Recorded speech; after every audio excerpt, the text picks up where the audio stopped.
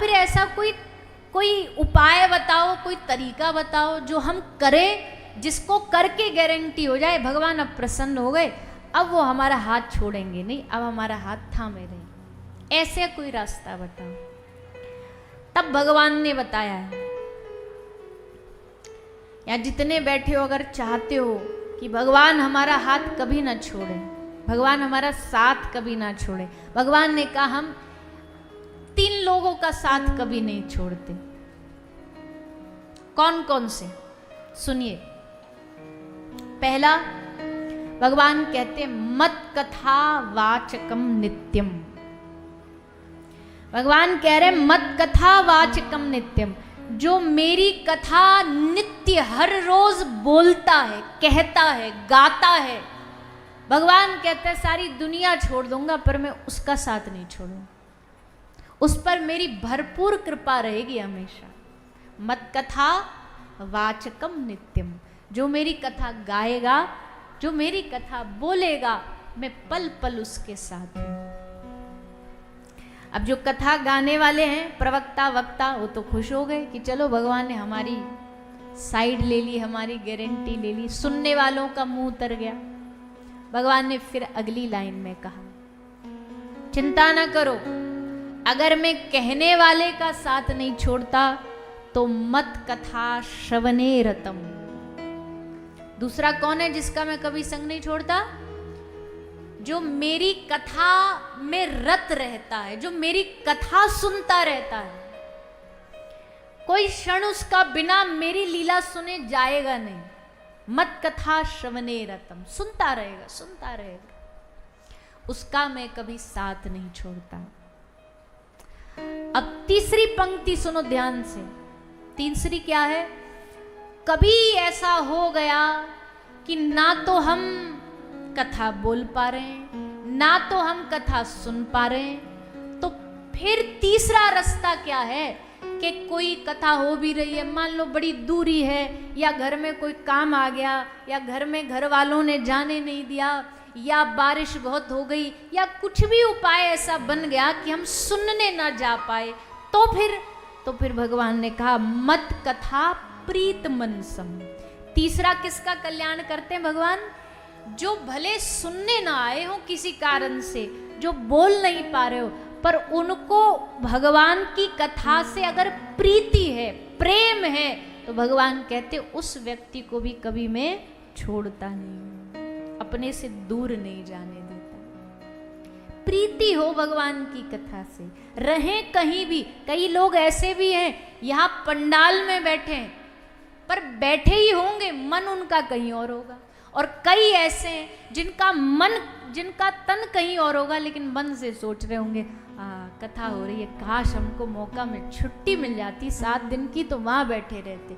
यकीन मानना, ऑफिस में बैठे बैठे भी अगर उनका चिंतन यहाँ के लिए चल रहा होगा ना, तो उनको इस कथा में बैठने का फल प्राप्त हो। इसका दृष्टांत क्या देते हैं? दो सन्यासी, कोई वैरागी महात्मा थे। अब वो दोनों निकले, कहीं जा रहे थे यात्रा पर। तो यात्रा पर जाते जाते रास्ते में उनको एक जंगल पड़ा, एकांत जंगल पड़ा। उसको पार कर रहे थे, एक बोला भैया अगला जो भी गांव आ जाए ना, बस वहीं अपना डेरा डाल लो, क्योंकि भयानक रात है, जंगल है, सुनसान है, कुछ गड़बड़ हो जाएगी। तो बोले ठीक है। आगे गए तो आगे एक बड़ा सुंदर सा एक कुटिया, कुछ महल सा नजर आई। तो दोनों गए, जा कर के घर वालों से पूछा कि जी हम रुक जाएं एक रात के लिए यहाँ पर। तो अंदर से एक महिला आई, बोले हाँ स्वामी जी रुकिए, हमारा सौभाग्य होगा, पर हम पहले बता दें, बाद में कहीं आपको पता लगे और आप नाराज हो जाए, हम इस गांव की वारंगना है, वैश्या है, ये हमारा घर है। और उनमें से एक जो थे वो तो एकदम उछल पड़े, उछल के बोले ना ना ना हम कतई नहीं रुकेंगे यहाँ पे, चलो यहाँ से, हम नहीं जा रहे। दूसरा बोला भैया इतनी रात को कहाँ खोजेंगे, हमको इससे क्या लेना देना, ये जो भी हो, हमको एक कोना मिल जाए हम सो जाए। बोले तू रुक, उसको कहा तू रुक, हम तो जा रहे। तो वो रुक गए रात्रि को। वो आगे बढ़े, हम तो किसी सिद्ध जगह पर रुकेंगे। आगे बढ़े तो आगे एक मंदिर था, मंदिर का चौपाल थी, उस चौपाल में वो साधु रुक गया, दोनों रुक गए। मृत्यु उपरांत जो मंदिर में रुका और जो उस वैश्या के घर में रुका, उस वारंगना के घर में रुका, उन दोनों को उल्टा फल प्राप्त हुआ। उसको पाप और उसको पुण्य। तो उन्होंने जाके भगवान से पूछा हिसाब किताब, बोले प्रभु ऐसा उलट पुलट काय को कर दिया आपने?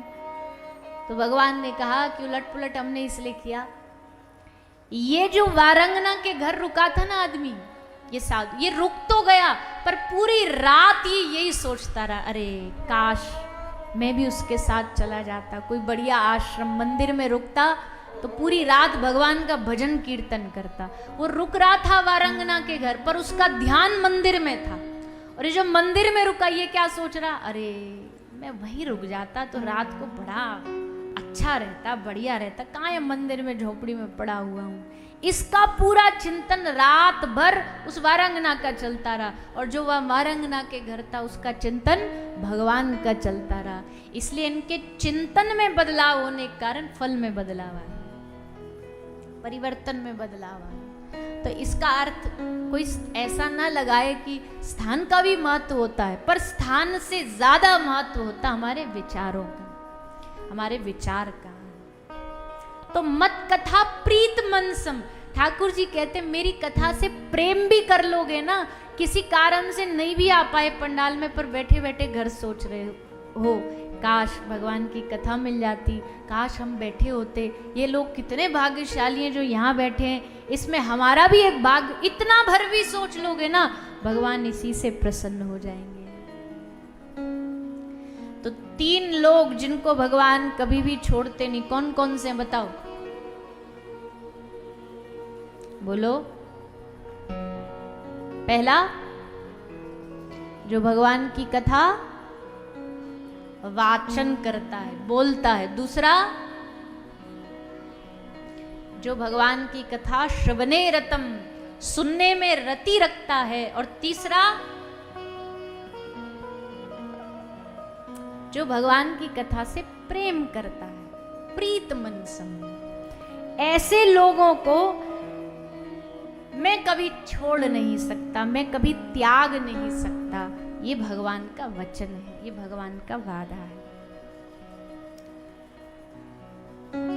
ऐसी भगवान की कथा है। आज के समय में देखो, आज के समय में ये जो शरीर है, ये भगवान ने एक ऐसी मशीन बनाई है, सबके इंजन फेल हुए पड़े हैं। किसी के हाथ में परेशानी, किसी के घुटनों में, किसी की किडनी में, किसी की लिवर में। इन सब के लिए भगवान ने कोई ना कोई व्यवस्था बना रखी है। सब डॉक्टर्स बना रखे हैं, वैद्य बना रखे हैं, सब उनका ध्यान रखते हैं। पर एक ये जो मन की जो अस्त व्यस्तता है ना, मन की जो भाग दौड़ है, मन की जो अव्यवस्था है, मन की हलचल बड़ी खतरनाक है। सबसे खतरनाक इस दुनिया में कुछ है तो मन की हलचल है। जिस आदमी का मन हलचल में बैठा हो ना, उसको दुनिया के किसी जंगल में भी शांति नहीं मिली, जलता रहेगा भीतर से। एसी चल रहा होगा पर भीतर से एकदम उसके जैसे कोई आग में जल रहा हो, ऐसी जलन पैदा होगी। बाहर से चाहे कमरा कितना ठंडा हो, पर भीतर से खतरनाक जलन होगी। तो ये जो मन की जो बीमारी है, ये जो मन का रोग है, ये जो मन की अशांति है।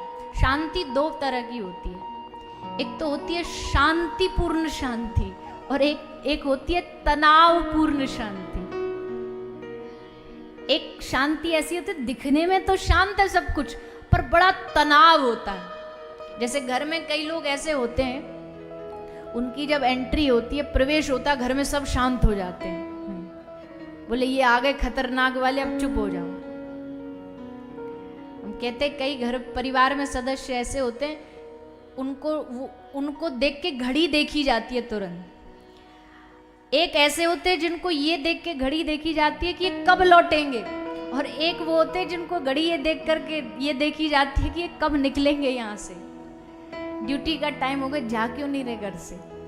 अब ऐसे खतरनाक लोग जब घर में आते ना तो बच्चे भी एकदम सावधान हो, शांत हो जाओ, सब चुप हो जाओ, सब चुप हो जाए, कोई नहीं बोलेगा। पर वो तनावपूर्ण शांति है, शांति नहीं है, वो चुप है, मौन है, पर शांतिपूर्ण शांति। कोई किसी शहर में कर्फ्यू लग गया, किसी शहर में कर्फ्यू लग गया, सब कुछ बंद है, पर क्या उस शांति में शांति होती है? उसमें तनाव होता है, वो तनावपूर्ण शांति।